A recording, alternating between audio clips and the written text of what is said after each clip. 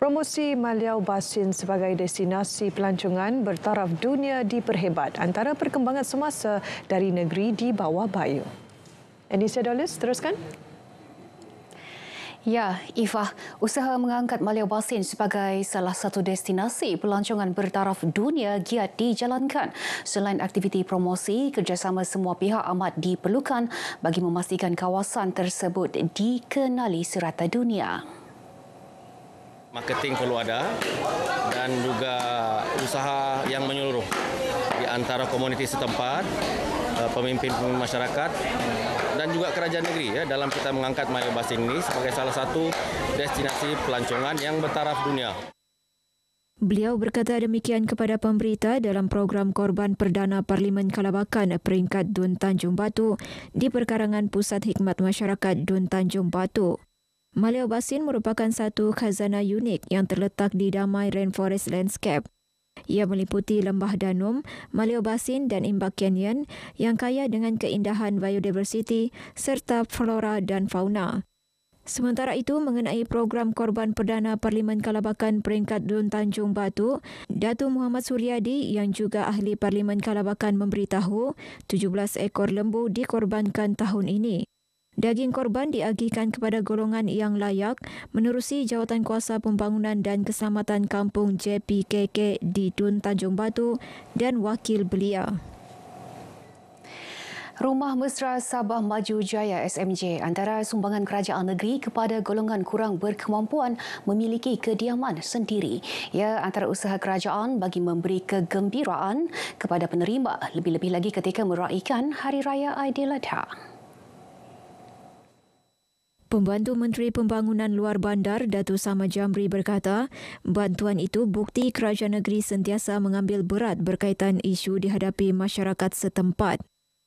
Kerajaan JRS pada ketika ini amat prihatin kepada masyarakat khususnya golongan yang kurang berkemampuan di mana dengan pemberian rumah dan sebagainya pelbagai bantuan yang disalurkan oleh kerajaan. Beliau ditemui pemberita selepas ziarah Aidil Adha bersama penduduk di Kampung Kuala Pis Beluran. Sementara itu, Jawatankuasa Kemajuan dan Keselamatan Kampung JKKK Kampung Kuala Pis Darat, Khatijah Siddiq menzahirkan penghargaan kepada kerajaan negeri yang sentiasa prihatin terhadap keperluan rakyat. Kami bersyukur Datuk ini banyak membantu kami di Kampung Kuala Pis Darat inilah, yang mana B40 dapat rumah SMJ dan juga apa yang kami minta dia dapat membantu kami lah.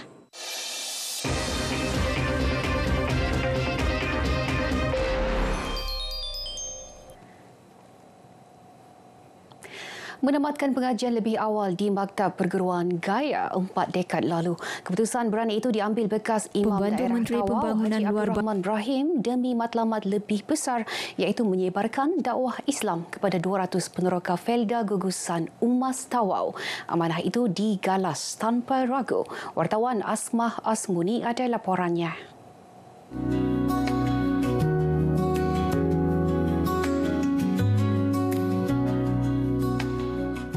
Tokoh Ma'al Hijrah Perbandaran Tawau 2024 ini sentiasa menyantuni penduduk, menjalin hubungan erat dan memastikan nilai-nilai Islam berakar kuat dalam kalangan peneroka.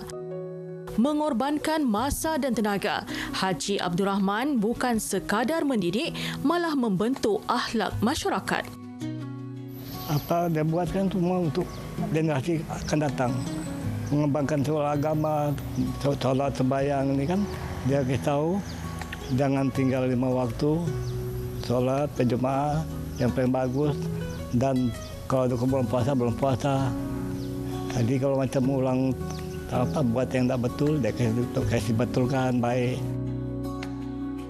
Tahun 1986, bermulanya perjuangan Haji Abdul Rahman bersama peneroka lain mencari dana untuk membina Sekolah Agama Rakyat SAR Felda Gugusan Umas Tawau. Ia dilakukan dengan mengambil upah proning pelepah kelapa sawit dan mendapatkan bantuan tabung 26 Felda. Mengimbau kembali usaha itu, Haji Abdul Rahman berkata mereka percaya mengumpul dana RM32,000 untuk mendirikan sebuah bangunan menempatkan 5 buah kelas. Jadi buat pruning lebih kurang 3 hari siap semua, Pak. Bila siap, jadi kami dapatlah payment tu 30,000. Jadi yang bekerja itu saya bayar separuh sama dia orang. Jadi ada sisanya lebih kurang 16,000. Jadi saya majukan 16,000. Jadi diorang bagi 16,000. Adalah 32,000.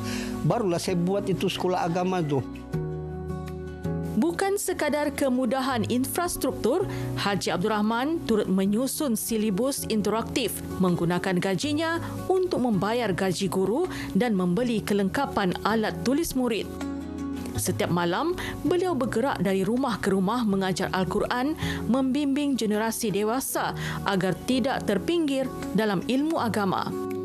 Selepas 13 tahun bertugas sebagai guru agama, Haji Abdul Rahman diberi kepercayaan sebagai Imam Daerah Masjid Raya Tawau dan berkhidmat sebagai juru nikah selama 3 dekad.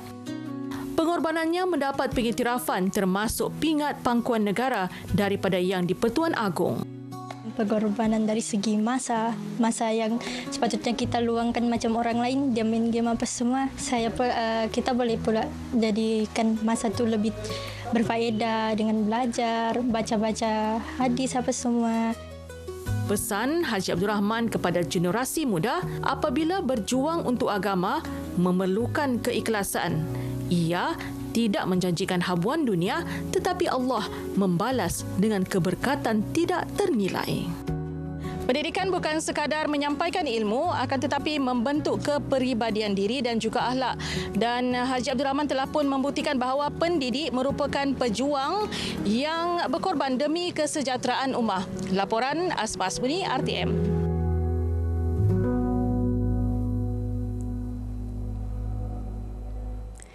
Persatuan Cina Muslim Malaysia Makmah Sabah tidak ketinggalan menyemarakkan semangat perpaduan menerusi ibadah korban sempena Aidiladha. Tahun ini Makmah Sabah menyumbangkan 5 ekor lembu korban. Menurut pengerusinya, Dr. Richie J. Cheng, daging korban diagi-agikan kepada golongan memerlukan melalui masjid sekitar Tanjung Aru. Ia meliputi kawasan Sempelang, Pulau Gaya dan Sembulan. Jadi peristiwa pengorbanan ini adalah dia memang kalau kita teliti memang dia sangat dia punya hikmah itu memang sangat mendalam. Jadi sangat bersyukurlah untuk program ibadah seperti begini yang kita jalankan setiap tahun. Dr. Richie bercakap kepada RTM selepas program ibadah korban Aidil Adha di Masjid Al-Kausar Tanjung Aru. Beliau juga berharap semangat perpaduan terus utuh dalam kalangan masyarakat tanpa mengira fahaman, anutan dan bangsa. Baik, sekian perkongsian dari Sabah untuk petang ini. Untuk lebih banyak perkembangan semasa, teruskan bersama Ifah. Dari sungai hingga segara Palestin pasti merdeka. Ifah. Baik, terima kasih Henisya.